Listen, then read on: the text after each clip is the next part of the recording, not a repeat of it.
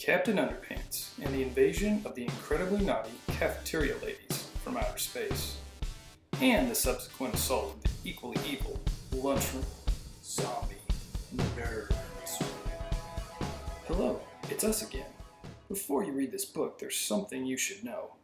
So Harold and I have created this informative pamphlet to fill you in on the details. Please don't let this book fall into the wrong hands.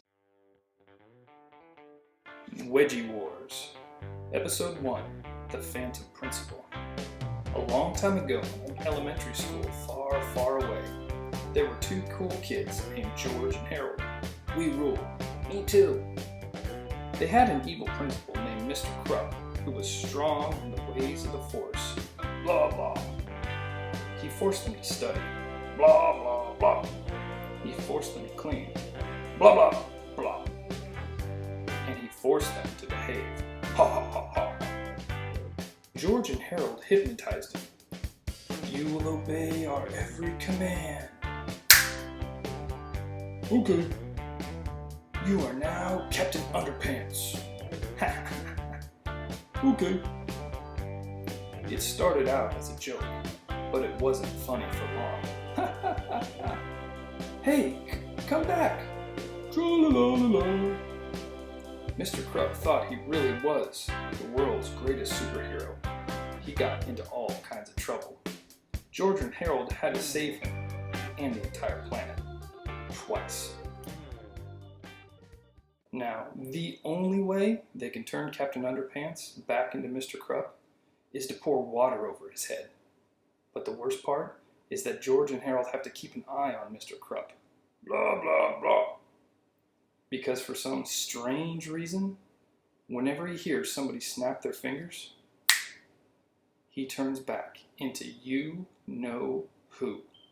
Tra-la-la-la-la. So whatever you do, please don't snap your fingers around Mr. Krupp. You heard the man. Please, please, please don't snap those fingers. This has been a public service announcement from George and Harold, who still deny everything. Chapter 1. This is George Beard and Harold Hutchins. George is the kid on the left with the tie and the flat top. Harold is the one on the right with the t-shirt and the bad haircut. Remember that now. Today's lunch, new tasty cheese and lentil pot pies. If you were looking for a few words to describe George and Harold, you might come up with kind, funny, smart, determined, and deep. Just ask their principal, Mr. Krupp. He'll tell you that George and Harold are kind of funny looking. Smart Alex, who are determined to drive everybody off the deep end. But don't listen to him. George and Harold are actually very clever and good-hearted boys. Their only problem is that they're fourth graders. And at George and Harold's school, fourth graders are expected to sit still and pay attention for 7 hours a day. George and Harold are just not very good at that. The only thing George and Harold are good at is being silly. Unfortunately, George and Harold's silliness gets them into trouble every now and then. Sometimes it gets them into a lot of trouble.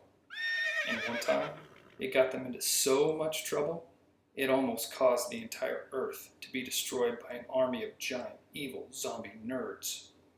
Before I can tell you that story, I have to tell you this story. Chapter 2. One dark, clear night in Keokua, Ohio, a flaming object was seen streaking across the quiet midnight sky. It shone brightly for a second or two, then fizzled out just above Jerome Horwitz Elementary School. Nobody gave it a second thought. The next day, everything seemed pretty normal. Nobody noticed anything different about the school. Nobody paid any attention to the roof.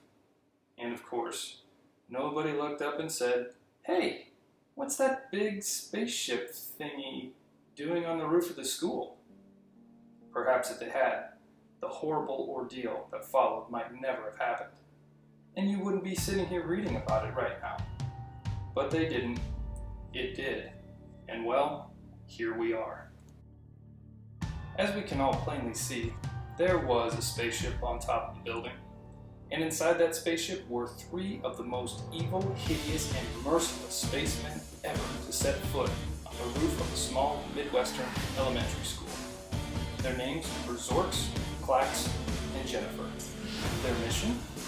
To take over planet Earth. First, said Zorks, we must find a way to infiltrate the school. And then, said Clax, we will turn all the children into giant, superpowered, evil zombie nerds.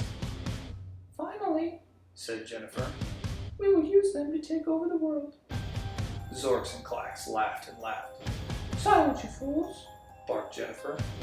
If our plan is to work, we must wait until it is narratively convenient. In the meantime, we will watch every road on our trinoloscope.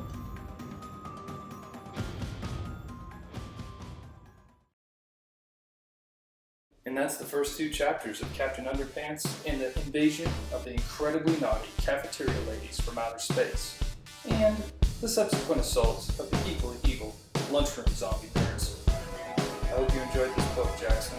I can't wait to see what happens next. After you read it, I hope you'll let me know. I love you, buddy.